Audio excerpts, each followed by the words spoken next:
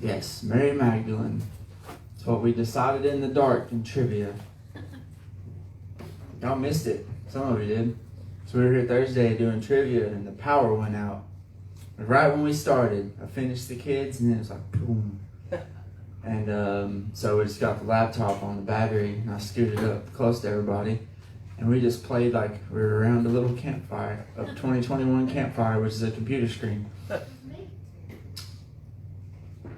And we chose Mary Magdalene, so that's the one to study. But now, we're on Proverbs 19. But as always, we'll go over 18 pretty fast.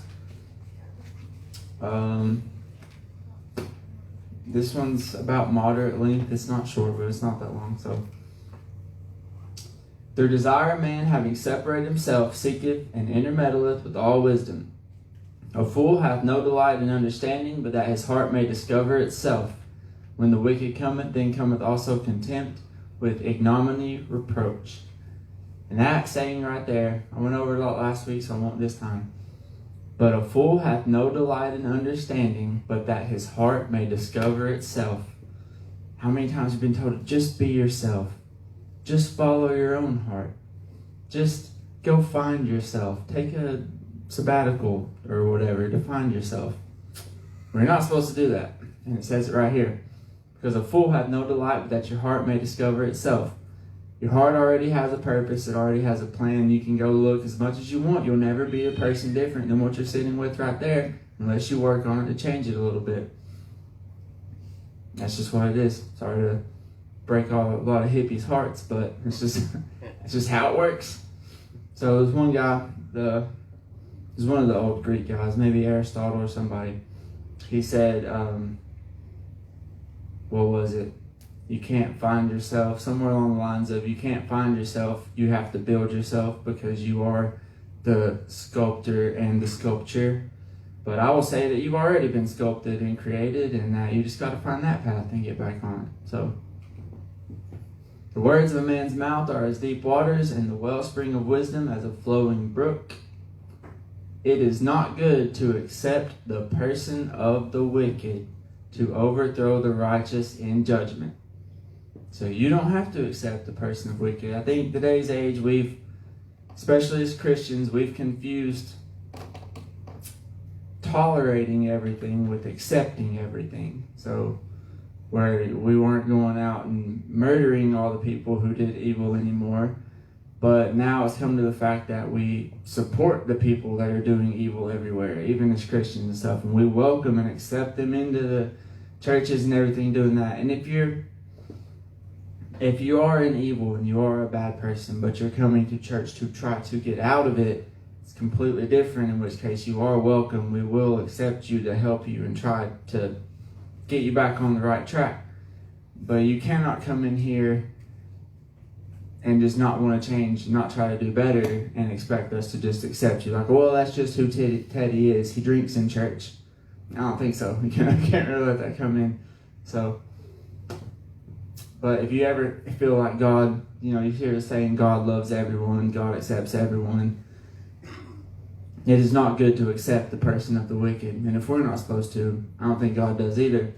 So that can be your scripture. We'll come back to anything that you hear about that.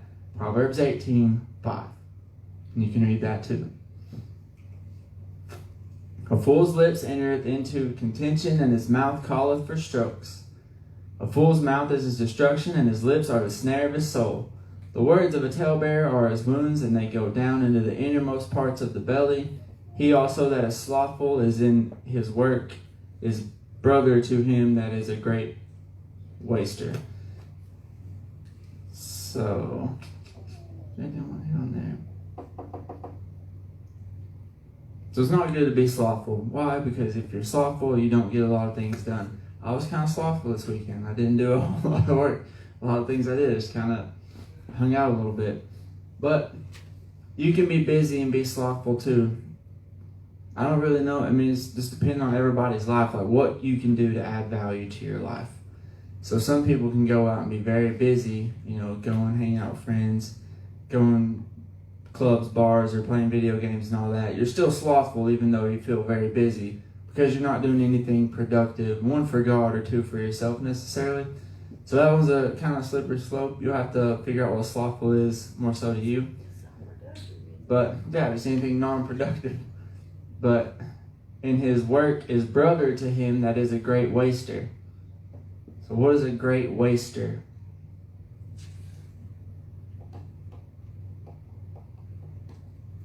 I guess even back then, and probably even more so back then, just anybody that wastes things.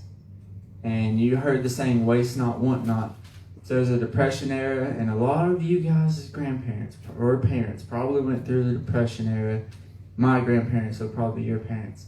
A lot of times, like the women will, when they're cooking and everything, a lot of the older women I've been around cooking and, you know, just hanging out with, they'll always say, my grandma would scrape every pot till it was just completely clean. She wouldn't waste nothing. When you washed it, it was just as clean as it was before you put soap on it.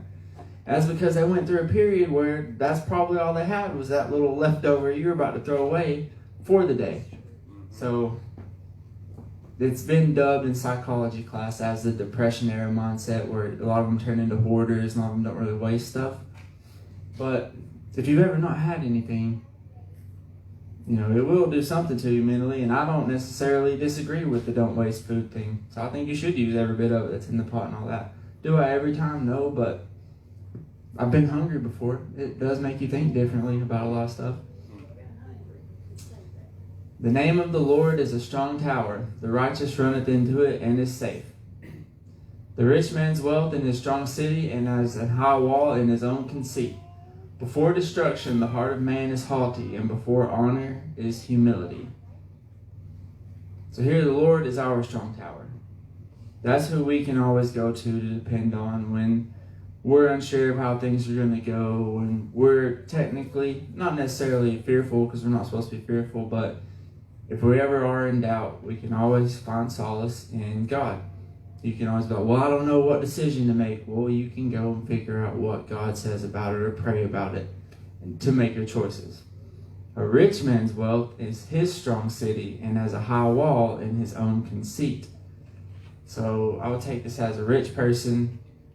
He would probably think that everything he's doing is right, else why would he have all this stuff if he wasn't making the best decisions? So his own walls became his prison necessarily. If that makes sense. He that answereth the matter before he heareth it, it is folly and shame unto him. The spirit of a man will sustain his infirmity, but a wounded spirit who can bear it? The heart of the prudent getteth knowledge, and the ear of the wise seeketh knowledge. Anybody ever had a wounded spirit? You ever had a broken heart, you guys? You better not have. Too young to have broken hearts. Yeah, you can use them for the better, or you can let them mess you up and just walk around being weird all the time. When I was your all's age, I had my first girlfriend. We dated for like 2 years. She broke up with me. And I went from like a little 145, 150 pound guy to training MMA, gained like 25 pounds, started beating up everybody, started dating all kinds of hot girls and stuff. I was like, oh, maybe that breakup was good for me. It turned me into an animal kind of, but in position I played safety, and I don't know if you guys know what this is in football, but I was like a free safety, and that's about it. Just position that they put in a receiver, so they put you where you're not really in the mix a whole lot. So when I started playing football again, I was defensive end, tight end, and outside linebacker, which is like where you hit people all the time. So there's something changed, the mental change. But when you get a wounded spirit, you can either, I guess, let it build you or just let it destroy you. Those are your two options. But it is hard. That's why the Bible says this. A man's gift maketh room for him and bringeth him before great men. We'll get a little bit more into gifts in the next one too. He that is first in his own cause seemeth just, but his neighbor cometh and searcheth him. The lot causeth contentions to cease, and parteth between the mighty. A brother offended is harder to be won than a strong city, and their contentions like the bars of a castle. So this is saying if gifts can be used to make peace, to make up with people. but a brother offended is harder to be won than a strong city. And this is why I like the little beef jerky apology thing. I thought it was fun. A man's belly shall be satisfied with the fruit of his mouth, and with the increase of his lips shall he be filled. Death and life are in the power of the tongue, and they that love it shall eat the fruit thereof. Death and life are in the power of the tongue. That's pretty powerful little words that might go unhidden or unread, ununderstood if you did read them. Death and life are in the power of the tongue. So Eric talks about this sometimes, and I believe there is some truth to it. If you say things all the time, a lot of times you make it true just by saying it all the time. I'm not saying that there's some magical soothsaying spirit in the air or something like that, for if you say something like a spell, it's going to happen to them. But if you do keep saying something over and over, you start making people believe it, or you believe it yourself, to where that's what you see. And is that not just as real or just as bad as something else? So the death and life are in the power of the tongue. I can go say some stuff to some people right now and be dead in 30 minutes probably, if I wanted to. I don't know about the life part, but I would like to go be able to talk to somebody and give life within that 30 minutes. So death and life are in the power of the tongue. Your mouth can get you in trouble, or it can help you a lot. Whoso findeth a wife findeth a good thing, and obtaineth favor of the Lord. The poor useth entreaties, but the rich answereth roughly. A man that hath friends must show himself friendly, and there is a friend that sticketh closer than a brother. Solomon said that. Solomon said, if you find a wife, you find a good thing. Yeah, like, No. yeah. I was about to say, he finds a wife like every other day, so. Alright, so sorry, I went through that kind of quick, but this next one is about the same length chapter, but it's got a lot of good stuff that I thought about yesterday. Hopefully I can remember all of it. Proverbs 19. Alright, y'all ready? Better is the poor that walketh in his integrity than he that is perverse in his lips and is a fool. Also that the soul be without knowledge, it is not good, and he that hasteth with his feet sinneth. That's a weird sin, right? To haste with feet. Oh, I thought that was a game or something. Okay. So here we say, but it's better to be poor than to be rich and kind of silly or foolish and all that. And as soon as I Googled it, I don't like using politics in the slide or all that, but this came up, and it was Biden saying poor kids are just as smart as white kids. And I was like, yeah, that would be just like oh gosh. And that is more so better. I bet he wishes he was a poor guy instead of having to deal with the backlash from that. Then he that is perverse in his lips and is a fool. So that was kind of hard to come back from that one. But going down, he that hasteneth with his feet sinneth. What does that mean?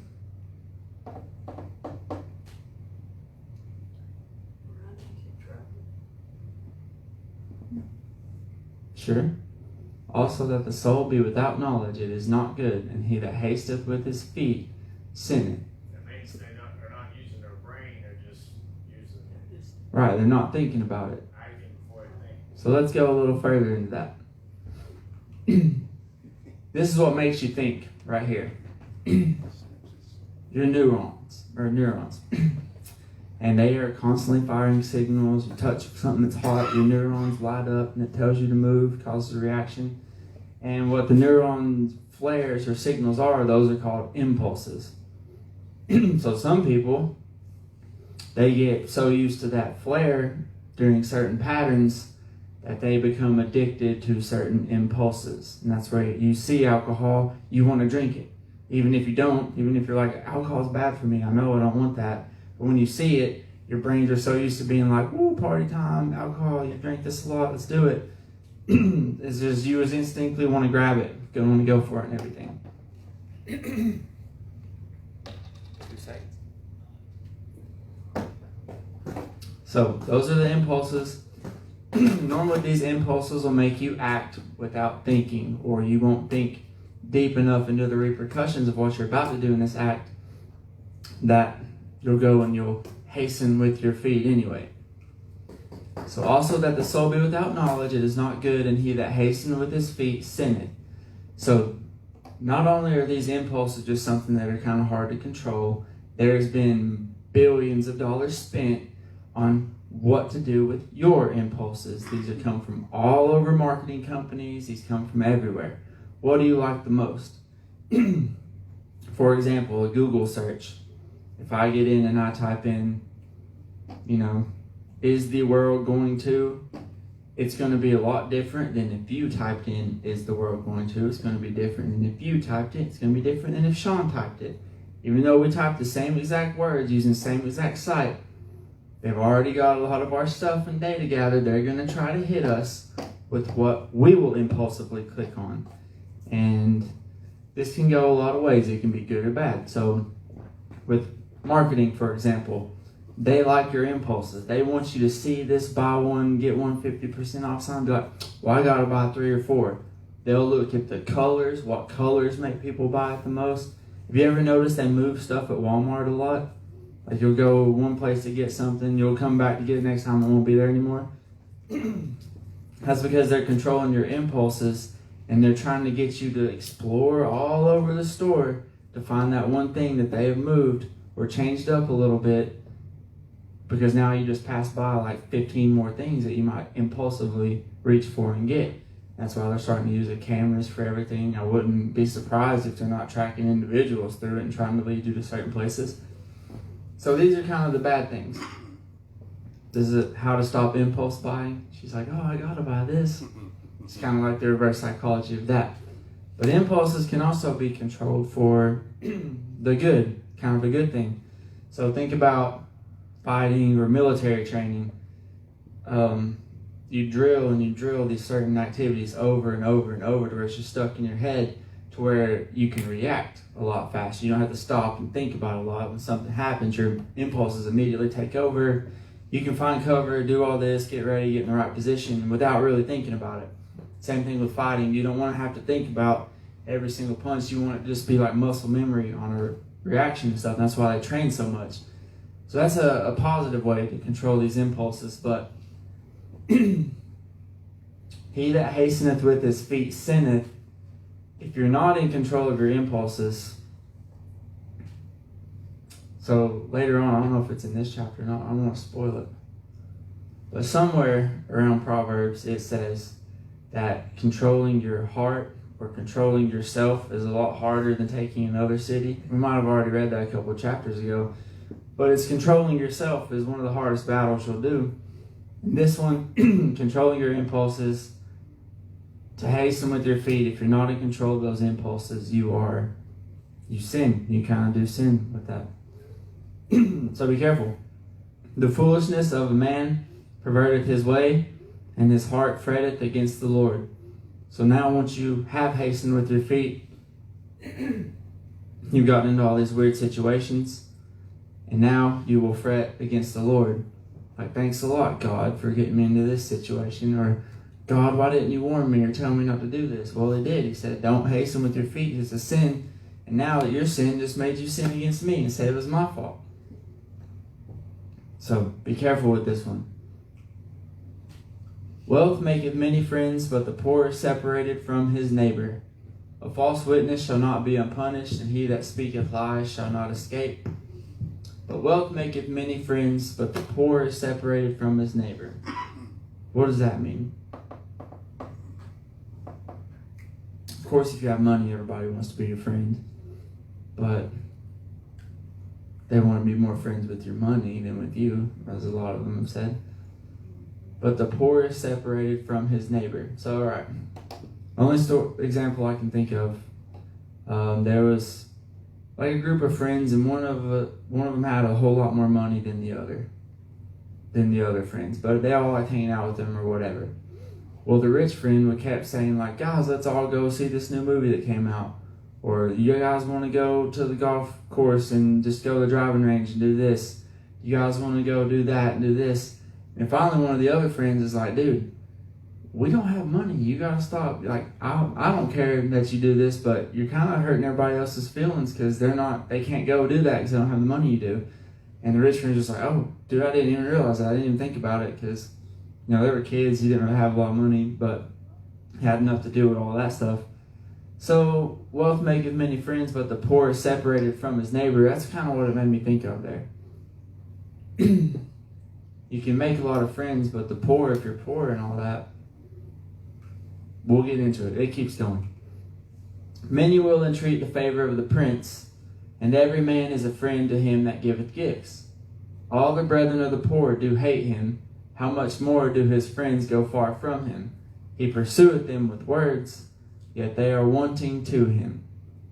So if everybody wants to be friends with the rich person, right? So they're going to give him gifts. They're like, oh, here, prince, be friends with me. Here, rich guy, be friends with me. Look, here's my gift. And then with poor people, they just, all he has is words, right? So we'll come at him, but they don't like him. So this is a good picture of example. The rich person has a lot more money than the poor person. Why? The poor person is the one that needs all those gifts and needs all that money, but he doesn't have the favor that the prince does. So rich people do get a lot more gifts and a lot more stuff they don't need than people that don't. So Gary likes musicians and all of that. Musicians and rock stars and everything, the number one thing, the few that I've talked to in my life, they say they don't really make a whole lot of money. They're not like bazillionaires, a lot of them. But everywhere they go, the hotel's free, all the food's free. People are constantly giving them clothes, giving them guitars, giving them things, giving them houses. So everything's just free. Everything's a perk to them just because they want favor with them. Because, oh, this guy's a rock star. I want to give him that.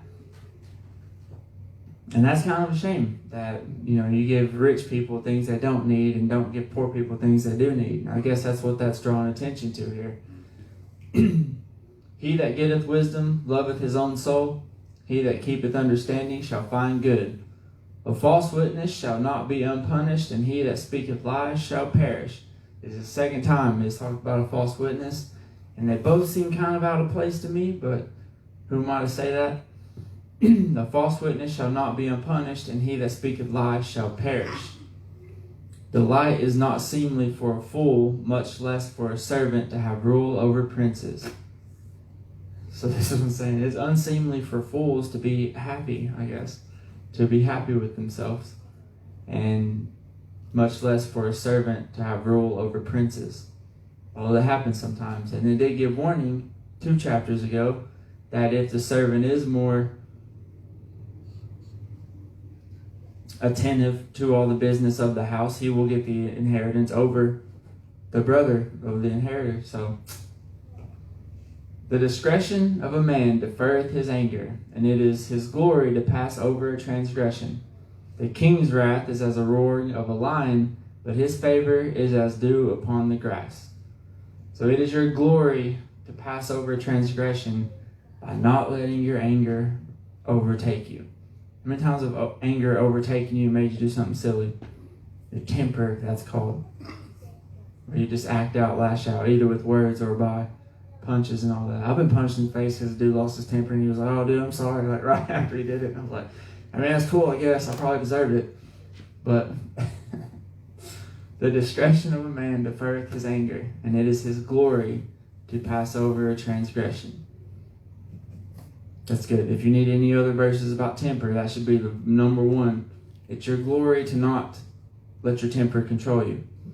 And a king's wrath is as the roaring of a lion, but his favor is as dew upon the grass. That guy got mad and punched me in the face. If a king or a president got mad at me, I could be thrown in prison.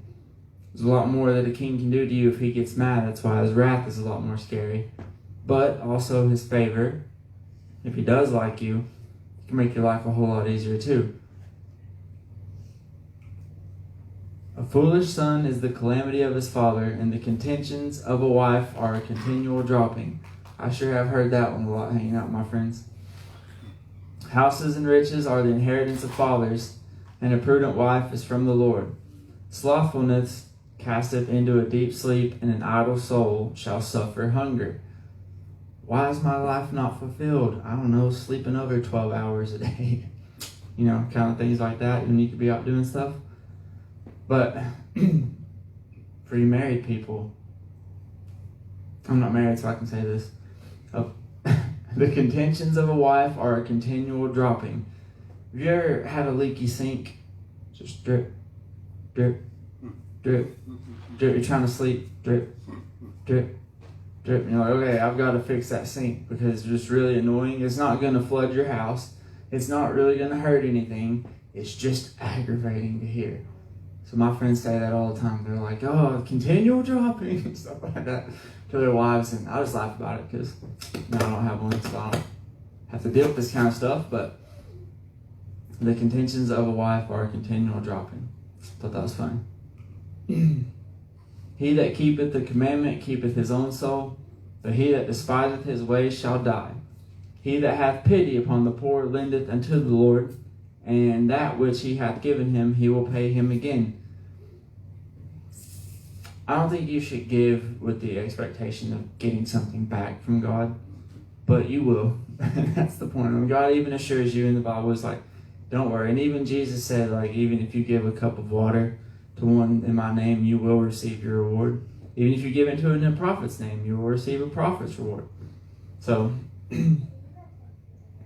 he that hath pity upon the poor lendeth unto the Lord, and that which he hath given him he will pay him again. So these gloves right here, this isn't really a biblical story or tie-in, but one time we were in Tucson, me and my Army friends. We were walking around the street. We were looking for this place. This was before GPSs were really awesome, but it kind of gave us the vicinity of where the address was we were looking for. But we're walking around the city of Tucson, which isn't a huge city. It's about like Knoxville. Can't find this place. We're looking everywhere. And we go past this one street, which we've already walked like 15 times. My friend's like, I can't do it again. I can't do it anymore. And we're like, what's he talking about? And he runs over to this little fence, and he comes out, and he puts on some gloves that look like that. And he's like, homeless gloves. I was like, what? He's like, I just walked by him. He's like, something about me. He said to get these homeless gloves. He's like, we walked by him like 15 times, so I got to do it. It's really gross. It's really disgusting. You put them on, and we terrorized everybody with those gloves after that. We would leave them in people's cars, and they would freak out. We put them on their gear shifters so they couldn't leave that day because they just didn't want to touch it, and they'd have to come get one of us to get it. That's what those gloves reminded me of. I know it wasn't biblically related, but it did remind me of the homeless gloves that we wreaked havoc on all of our friends with. Chasten thy son while there is hope, and let not thy soul spare for his crying. So even if your kid starts crying, you don't have to feel bad for him, because it's better to cry now than later. A man of great wrath shall suffer punishment, for if thou deliver him, yet thou must do it again. Hear counsel and receive instruction, that thou mayest be wise in thy latter end, when you get older, when you grow up. Listen to people. There are many devices in a man's heart, nevertheless the counsel of the Lord, that shall stand. The desire of a man is his kindness, and a poor man is better than a liar. The fear of the Lord tendeth to life, and he that hath it shall abide satisfied. He shall not be visited with evil. You have a counsel of the Lord. A lot of times people are like, God, why won't you speak to me? Well, you got a Bible. That's him speaking a lot of words to you. Just gotta find it and read it. You'll find it's weird. You can just, whatever problem you have, just randomly open up your Bible and start reading. Almost every time you'll eventually come upon something you're like, wow, this is like magic, or this is weird. It happens every single time. So, and then the fear of the Lord tendeth to life, and he that hath it shall abide satisfied. He shall not be visited with evil. A slothful man, this is actually that painting's name. A slothful man hideth his hands in his bosom, and will not so much as bring it to his mouth again. So slothful he won't even feed himself with the word, with work, with anything. Smite a scorner. This is one of the few Bible verses that tell you to smite somebody. Smite a scorner, and the simple will beware. And reprove one that hath understanding, and he will understand knowledge. So if somebody just doesn't understand something, this is how I'm taking this one. If somebody doesn't understand something, and they're trying to learn it, you don't have to hit him, but reprove one that hath understanding. So if he knows what he's doing, he's just having trouble, reprove him, show him better, and he will understand knowledge. But some people, you just can't teach that way. You got to smack one so all the rest of them fall in the line.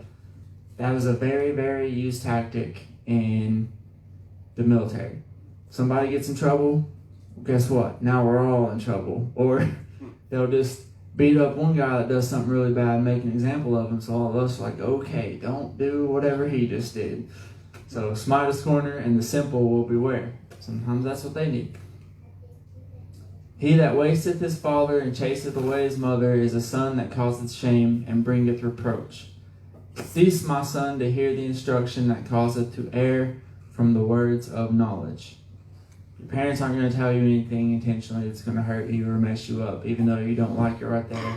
It is ultimately for your greater good. It might not be for the fun you could have right then, but it is for the greater good. And yeah, you've seen like the little angel and devil on your ears or the shoulders. Well, this one's saying stop listening to the devil. I know a lot of us do that a little bit. I know I do sometimes, a little too much. Do mean stuff. I'm like, gosh, I shouldn't have done that. But cease, my son, to hear the instruction that causeth to err from the words of knowledge. An ungodly witness scorneth judgment. Here we go, there's a good one. And the mouth of the wicked devour iniquity. Judgments are prepared for scorners, and stripes for the backs of fools. Read that first part again. An ungodly witness scorneth judgment. Don't judge me, said the ungodly witness. Right? Who says we're not allowed to judge people? Where in the Bible does it say do not judge? Jesus did say do not judge lest ye be judged. But that's not talking about somebody walks in with a bunch of tattoos, you immediately assume that they're a bad person. Somebody walks in, in kind of raggedy clothes, you immediately assume they're poor and no good. That's negative judgment. That's kind of bad. But if somebody comes in and they have a crazy record of, murder and everything, maybe watch out for those people. Don't, just let them in. Oh, the Bible says don't judge. Come here and let me turn my back to you right quick. No, you have to use a little bit of judgment in everything you do, in driving, in walking, and going to work, and different things that you do. But it's the hatred of getting judged, or the hatred of judging, that this is talking about here. An ungodly witness scorneth judgment. Yeah, the Dalai Lama says, what is love? Love is the absence of judgment. Okay, well, the Bible just says you're supposed to like judgment, so I don't really care what you said. The Dalai Lama says a lot of weird stuff. But if you judge people, you have no time to love them, said Mother Teresa, the person who was later found out to really love misery. She wasn't around all those people to be a nice lady. She was sadistic. She just loved being around, seeing people in pain and tortured all the time. And that's why she ran under the guise of God, to just be around that all the time. It's kind of weird when you think about it. But don't go around literally oh, your shirt's got this on it, you must be a Satanist and all that, being judgmental like that. But if you're a super sinner and you're drinking and you're doing bad stuff, and somebody comes up and is like, you should really stop drinking and start coming to church. Oh, Christians are so judgmental. Well, yeah, because they're trying to help you do that in that case. Oh, don't judge me. Everybody's got their sin. Well, yeah, but I'm trying to help you with yours right now, and maybe you can help me if you can get out of this. We can help each other with it. So don't think you're not allowed to be judgmental in that sense. But Jesus warned, because they probably took that and ran with it, and they were just going around judging everybody that wasn't anything. That was it. Proverbs 19. Very good. Thank you. Right on time. Because we started late.